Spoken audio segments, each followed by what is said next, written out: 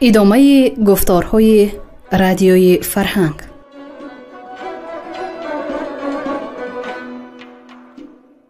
شنونده های عزیز، با توجه شما خوانش بدیعی از روی داستان‌های گرشاسب‌نامه اسدی طوسی در قرائت هنرپیشه شاه مراد ایوبوف.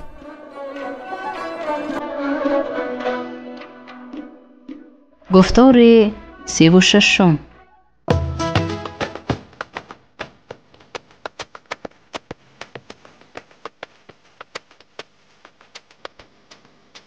خبر یافتن فریدون از مرگ گرشاسپ.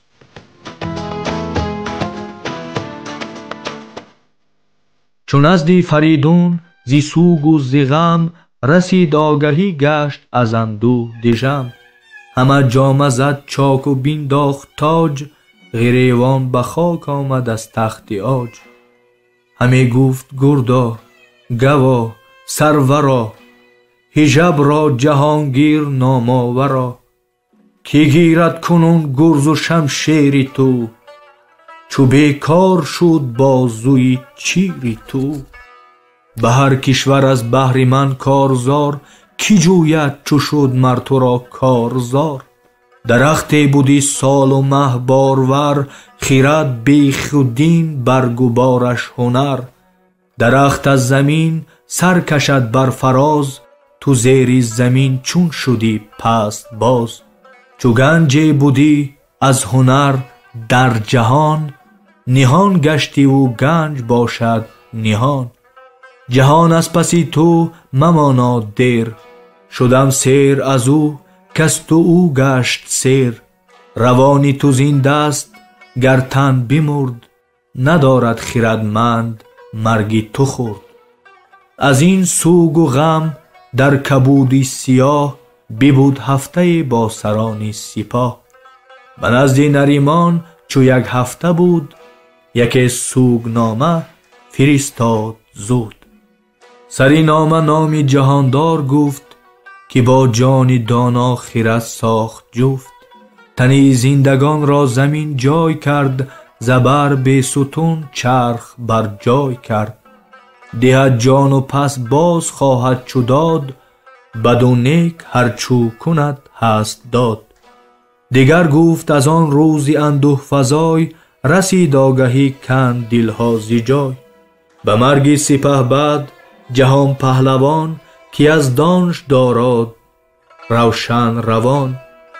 از این درد گردون به تاب اندر است، ستاره ز گریه به آب اندر است. گیا پوشت از اندوه دارد به هم، دلی خاره پر جوش و خون است و غم.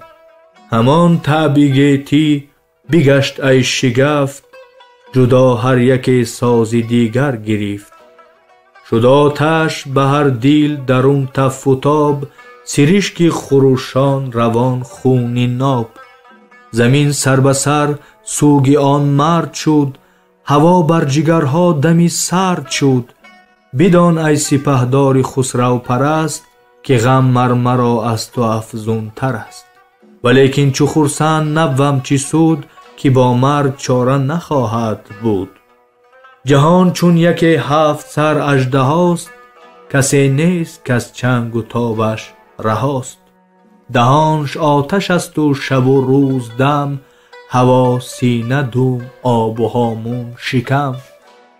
برو 7 سر 7 چرخ از فراز، ستاره همه چشمش از دور باز. سراسر شکم خستشان باشته، ز پس گونه گون هر کسم واشته. چو فرزانگان و چی مردانی گرد، چی خوبان چی شاهانی با دست تو برد. چو شاه است گردون ز ما کینه خواه، شب و روز گردش ستاره سپاه. نبینی که بر جنگ ما ساختن، همه هیچ ناساید از تاختن. به یک گردش از زیر و بر چرخوار، کند کارها زیر و بر 100,000. جهان بزمگاه است نغز از نشان، میش عمر ما پاک و ما میکشان. جوانیش خوشی و مستیش ناز، غمش روزی پیریست کاید فراز.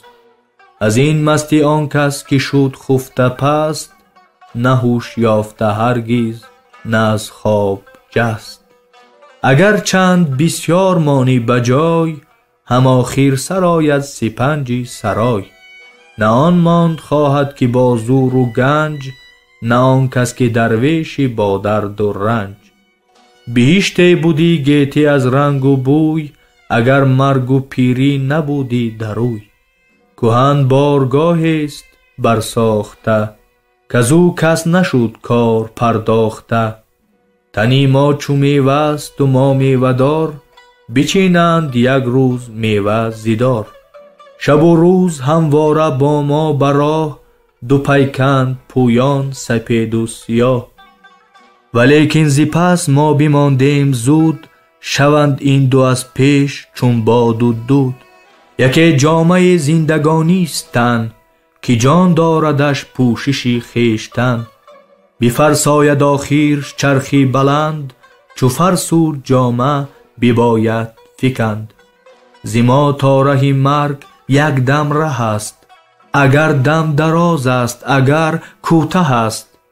چو پول است این مرگ که انجام کار، بر این پول دارند یک سر گذار. بمیرد هر آن کس که زاید درست، شود نیست چنان که بود از نخست. نیابی کسی کش کسی مردن است، دلی نیست که از گیتی آزردن است. کجا شد کیومرث شاهی بلند، کجا جم و تهم و رسی دیو بند. جهانشان به خاک اندر افکند پاک، برآورد پس از گنج هاشان ز خاک. از ایشان نمانده است جز نام چیز، برفتند و ما رفت خواهیم نیز. اگر مرگ بر ما نکردی کمین، زی بس جانور تنگ بودی زمین. تمامی مردم به مرگ اندر است، کجا با فرشته چو شد همپر است. اگر پهلوان رفت نامش بماند، جهانبان بخواند ار جهانش براند. سپه را به خود برد و او را نبرد، دلیری و فرهنگ مرد او نمرد. دهد آفریننده خوب و زیشت، تو را مزد نیکان مرو را بهشت.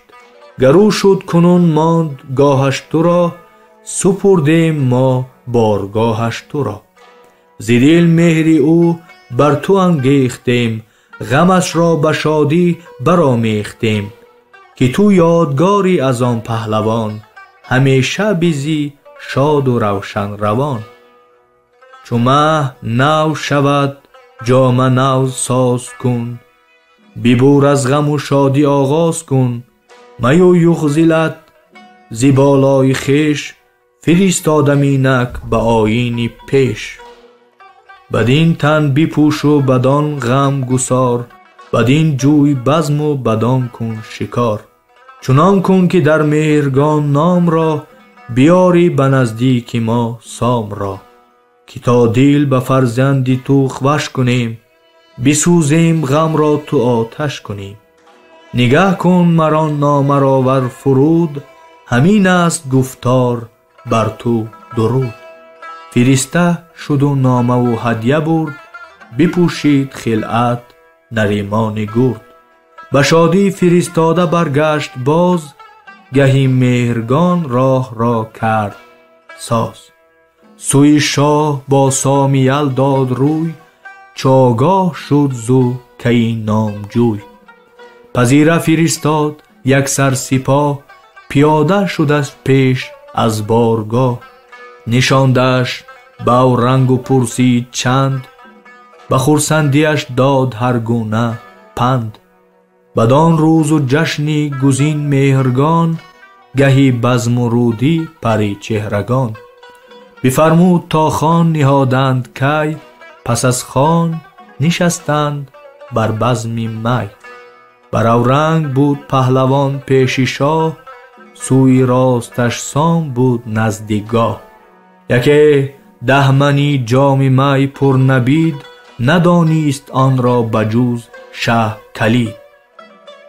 به یاد نریمان شه آن نوش کرد، نریمان همیدون به یادش بخورد. همان جام را سامی گردن فراز، به یک دم به از هر دو انداخت باز. در او خیره شد شاه و گفت این سترگ، بود به زیگر شاست چون شد بزرگ. بلنگ آتشی مهرگانی بساخت، که تفش زی چرخ اختران را بتاخت. درفشان درفش برآمد به ما، که زر دیزها چرخ مشتی سیاه. به هامون درش زر سونش فشان، بگیردش جهان چرخ اختر فشان. زمین شد یکی پرفروغ آفتاب، زی زر رشته ها چرخ ازش مشک ناب. چو کرده برون خنجری زرد فام، هزاران هزار از عقیقی نیام. چو در زرد حله کنیزانی مست، چی بازیگری دست داده به دست. همه پای کوبنده بر فر چین، زی سر موشک پاشان گل از آستین. چو رزم گران زنگیان ساخته، همه غرقه در خون و تیغ آخته. چو لرزان کوه یک سر از زر خشک، برو بوسدین قطره ابر زی مشک. بزرگان به بزم اندر آرام کزم، نشستند با میگساران به بزم.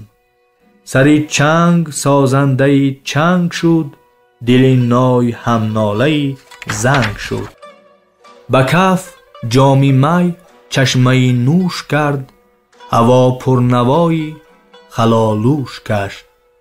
زی بس رامیش و خوشی مهتران، گرفتند در چرخ بزم اختران. زی شادی همه کوفت میریخ دست، به دستان شده از زهره می پرست. چونین بود مه شاد شاهی بلند، نه بر گنج مهره نه بر بدره بند. سری مه چو آمد نریمانش پیش، بس هدیه بخشیدش از گنج خویش. درفشش داد اژدهافش سیاه، جهان پهلوان خواند اندر سپاه. دیگر شیر پیکر درفش بسام، بداد و سپهبد فرمود نام. چونین آمد این گیتی بر فر و ساز، بدارد بناز آورد مرگ باز. چو ماری که زرین دهد مایه بهر، پس از ناگهان باز بکشد به زهر. درخت است با شاخی بسیار بار، برش تازه گول یک سر و تیز خار. نخستین به گول شاد خارت کند، پس آنگه از خار خارت کند. نه در وی کسی زیست که آخر نمرد، نه زو شد کسی تا دریغ نبرد. ز دوران مگر مانده بیچاره ایم، گرفتار این زالی پتیاره ایم.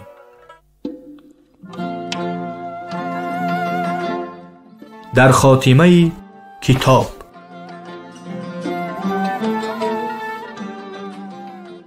شد این داستانی بزرگ اسپری، به پیروزی و روزی نیکختری. ز هجرت برو بر سپهری که گشت، شده 400 سال و 58. چنان اندرین سعی بردم زبون، ز هر دربس گیر کردم سخن. بدان سان که بینا چو بیند نخست، بعد از نیک زین گفته داند درست. ز گویندگان کشان نیست جفت، به خوشی چونین داستان کس نگفت. بدین نامه گر نامم آیت رای، بدالی اسد حرف 10 برفزای. چونین نامه ساختم پرشگیفت، که هر دانش زو توان برگرفت. چو گنجی که داننده آرد برون، به اندیشه زو گوهری گوناگون. چو باغی که از وی به دستی خیرد، گلی جان چیند که هر کو بگذرد. چون نخچیرگاه پر از رنگ و بوی، که نخچیری دانش دهد دل دروی. بهشت است بومش ز کافور خشک، گیاهش ز عنبر درختانش مشک. بسی حور بر گردش آراسته، از اندیشه دوشیزگان خواسته. ز پاکی روانشان ز فرهنگ تن، ز دانش زبان و ز معنی سخن. سراسر ز مشک سیاه طره پوش، هم از طبع گوینده و هم خموش. به گیتی بهشت ار ندیده است کس، بهشت پر از دانش این است و بس. که وهم اندرو چون بهشت بجای، بیابد ز رزم آنچه آیدش رای. همه پرگل و سبزه و میوه‌دار، نگردد کمرچند چینی زیبار. مر این نامه را من بپرداختم، چنان کز رهی بزم بشناختم. بدان تا بود اونس خواننده را، دعا گویدم گر میرم بنده را. همه جستم از خسروی ره شناس، که نیکیش را چون گزارم سپاس. از این نامه من بهتر و خوبتر، سزای تو خدمت ندیدم دیگر. ز جان زاده فرزند بیش از شمار، بیاراستم هر یک چون نگار. سراسر ز دست و هنر خورده نوش، پدرشان خورد بوده و دایه هوش. همه غمگسارند خواننده را، ز دل دانش آموز داننده را. ز تو هدیه آوردم از بهر نام، پذیر از رهی تا شود شادکام. چنان چون به شاهی تو را یار نیست، چون من خلق را نیز گفتار نیست.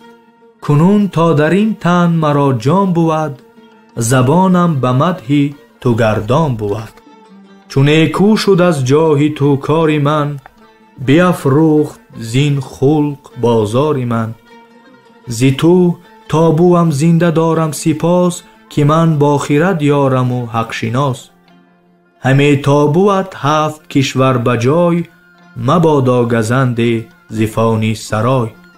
بداد و دهیش کوش و نیکی سگال، ولی را بپرور عدو را بمال. مبادت بجز داد کار دیگر، به از وی مدان یادگار دیگر. چو از داد پرداختی راد باش، بز این هر دو پیوسته دلشاد باش. که بهتر هنر آدمی را سخاست، سخا در جهان پیشه انبیاست. سخاوت درخت است اندر بهشت، که از دانش از حکمت و محض کشت. از آن شاخ دارد به دنیا گذر، نصیب آمد از وی تو را بیشتر. الا تا بود فر از دان پاک، روند است گردون و استاده خاک. جهان را تو بادی شهی نیک بخت، که ناهید تاجت بود ماه تخت. دو چاکرد بر درگه از ماه و مهر، که دارند کارد روان در سپهر. دو اسبت شب و روز چنان که راست، وز ایشان رسی هر کجا که هواست. ز خسرو براهیم شاهی زمین، نوازنده باشی چنان کز تو دین. شهی خسروان باد محمودی تو، دل و جان از او شاد و از جودی تو. بدان ملک فرماند هزمان دمان، که دشمنت را دوست پژمان روان.